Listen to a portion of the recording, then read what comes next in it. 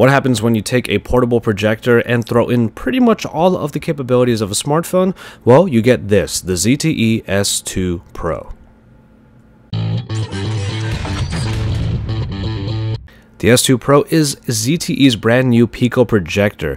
That, as you can see here, has a metal construction and is just over an inch tall all around and weighs just about a pound. And it slips into any of the carrying cases that ZTE will be putting out for it. The Pico projection is done by DLP. It is a mobile DLP that projects up to 120 inches in size at 200 lumens, which is double that of the original S Pro.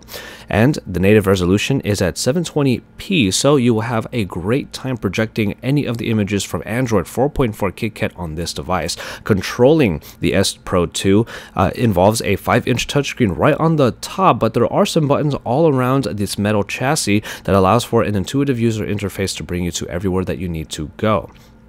Power underneath the surface is done with the Snapdragon 800 and Adreno 330 graphics, but connectivity is also a big spot for the S Pro 2, as it can be made into a 4G LTE hotspot, which allows up to 8 devices to access its fast networks. And even on the back here, as you can see with the ports, you can have devices connected through USB 3.0. It is also built for practicality, as a 6300 mAh battery supports up to 3 hours as a full projector and up to 10 hours as a hotspot. And the expandable memory slot allows for up to 2 terabytes of additional storage. In our initial testing, we found that the device was actually quite sturdy and it felt really nice, especially when you stand it up on the little stand on the front and get that projector going. The 720p resolution is definitely a bright spot for the S Pro 2, and being able to create an up to 120-inch size screen really makes this a fun device to use.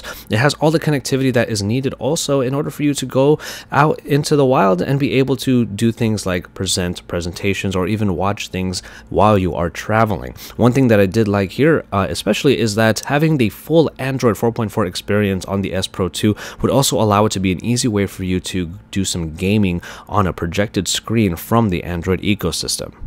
It is really the integration of a bunch of different mediums that makes the S Pro 2 a pretty compelling package, and we're going to be looking out for it in the near future when it becomes available and bring you our full review of it. So keep it tuned here to Android Authority for the full review of the S Pro 2 once that comes, and keep it tuned here also and subscribe if you want to keep up with all of our coverage of CES 2015, because we are your source for all things Android.